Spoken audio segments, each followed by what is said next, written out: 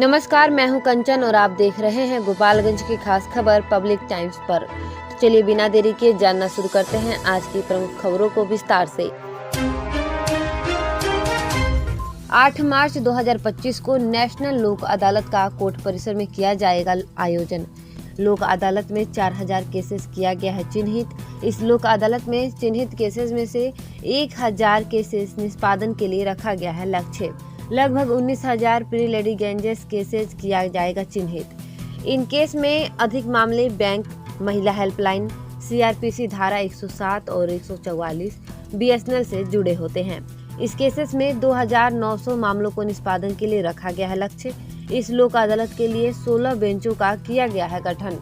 16 बेंचों में additional district जज, जुडिशियल मजिस्ट्रेट फर्स्ट क्लास में बैठेंगे। डिस्ट्रिक्ट जज गुरविंदर सिंह मल्होत्रा का गोपालगंज वासियों से अपील है कि इस लोक अदालत को पर्व की तरह मनाएं। समस्या से जुड़े लोग अधिक से अधिक आएं और इस लोक अदालत में लाभ उठाएं।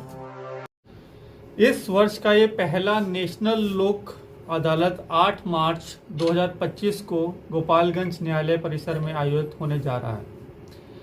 हम आप लोगों को बताना चाहते हैं कि इस न्यायालय में इस लोक अदालत को लेकर करीब 4000 पोस्ट लिटिगेशन केसेस जो कि कंपाउंडेबल नेचर के हैं वो चिन्हित किए गए हैं। इन 4000 केसेस में से हमने एक लक्ष्य बनाया है कि हम कम से कम 1000 केसेस को अवश्य ही निष्पादित कर देंगे। इन पोस्ट लिटिगेशन केसेस के अलावा हमने अराउंड 19,000 प्री लिटिगेशंस को भी चिन्हित किया है। ये मोस्टली बैंक से रिलेटेड रहते हैं, महिला हेल्पलाइन से, CRPC की धारा 107, 144 और BSNL से रिलेटेड रहते हैं मामले मोस्टली। इन प्री लिटिगेशन केसेस में से 19,000 केसेस में से हम लोगों ने एक लक्ष्य बनाया है कि हम कम से कम 1500 केसेस को अवश्य ही निष्पादित कर देंगे। हम लोगों ने इस लोक अदालत के लिए 16 बेंचों का गठन किया है।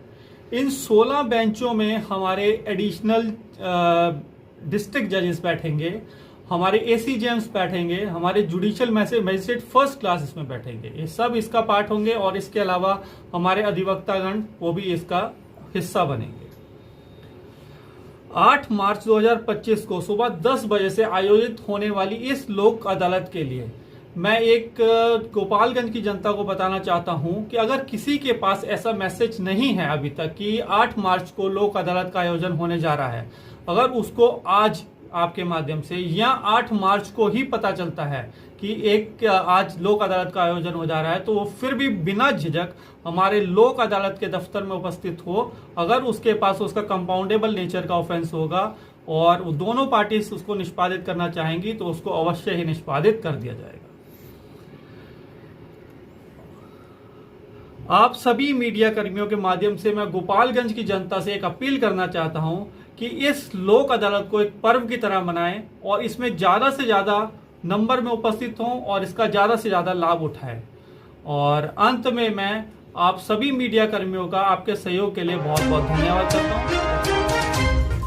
गोपालगंज जिले के भोरे प्रखंड के रामनगर स्थित राम जानकी मठ के पास पूर्व नियोजित कार्यक्रम के तहत 5 दिवसीय हनुमंत कथा करने का देश के चर्चित कथावाचक पंडित धीरेन्द्र कृष्ण शास्त्री पहुँचे। इस दौरान मठ के मठाधीश समेत साधु संतों ने भव्य स्वागत किया। वहीं मंच पर चढ़ते ही उन्होंने पुराने अंदाज में कहा, मेरे बिहार के दौरे को लेकर लोगों को बड़ी तकलीफ है। कहते हैं घेरेंगे, मारेंगे। अरे तुम्हारे बाप का देश है क्या?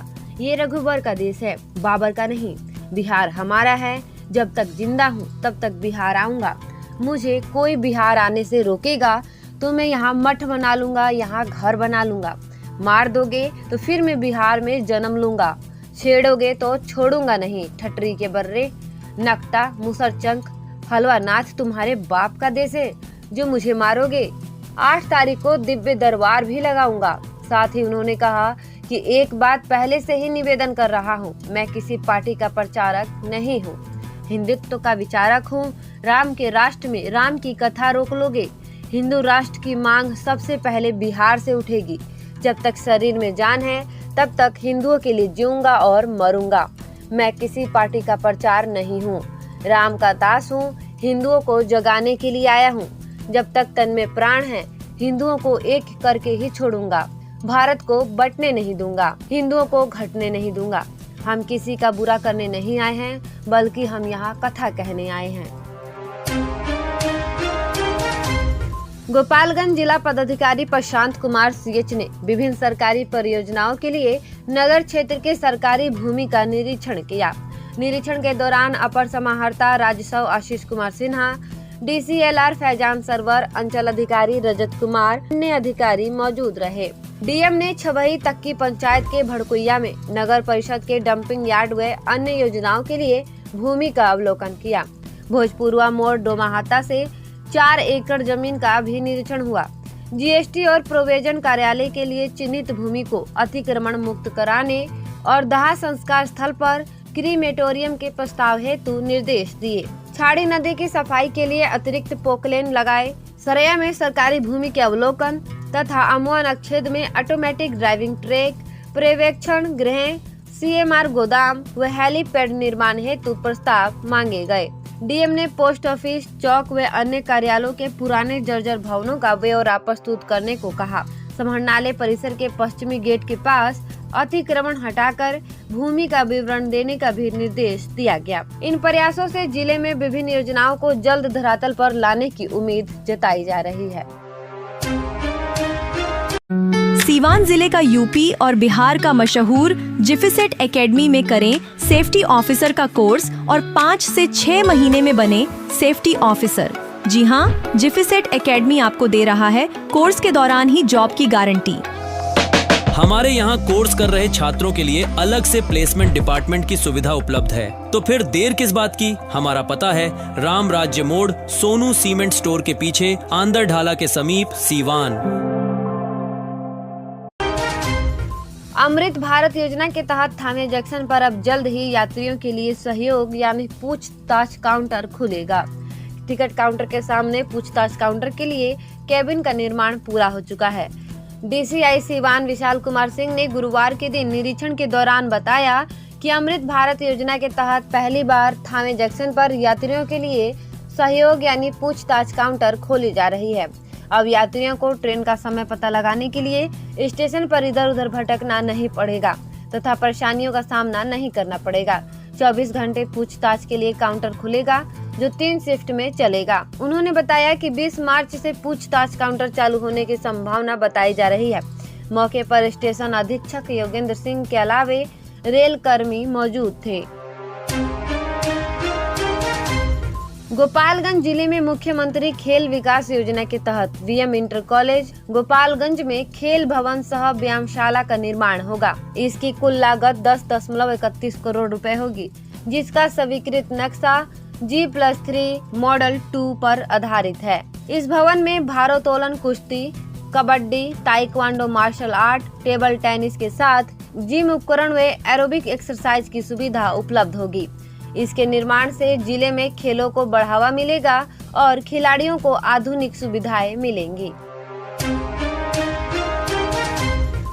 थावे दुर्गा मंदिर में पूजा करने आए एक श्रद्धालु की बाइक अज्ञात चोरों द्वारा चोरी कर ली गई, जिसको लेकर भोजपुर जिला के शाहपुर थाना के कनैली गांव के राहुल रंजन ने प्राथमिकी में आरोप लगाया है कि मैं अपने मालवीय चौक सिवान में रहकर MR का काम करता हूं। मेरा मित्र अरवल जिला के करपी थाना के अय्यारा गांव के विवेक कुमार अपने रिश्तेदार के साथ मंगलवार को थावे दुर्गा मंदिर में पूजा करने बाइक से आए थे। वे अपना बाइक दुर्गा मंदिर के सामने कुआं के पास लगाकर पूजा करने चले गए। जब वे पूजा कर वापस लौटे तो बाइक गायब थी। काफी खोजबीन के बाद भी जब बाइक का पता नहीं चला तो थाने में राहुल रंजन ने अज्ञात चोरों के विरुद्ध प्राथमिकी दर्ज कराई। पुलिस प्राथमिकी दर्ज कर मामले की जांच पड़ताल कर रही है।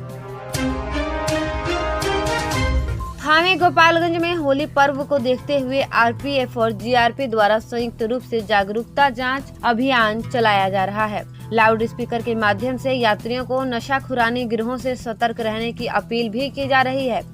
RPF इंस्पेक्टर देवेंद्र प्रताप व GRP थाना अध्यक्ष मनोज कुमार के नेतृत्व में प्रवासी यात्रियों से अनजान व्यक्ति से खाने पीने की चीजें न लेने और अपने सामान का स्वयं ध्यान रखने की अपील की गई है।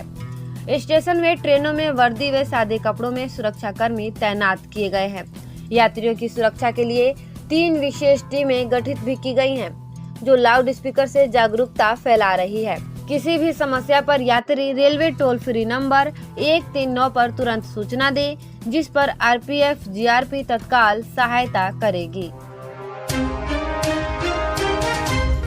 तो यह थी आज की खास खबर में अपना साथ बनाए रखने के लिए आपका बहुत बहुत धन्यवाद। आपका दिन मंगलमय हो।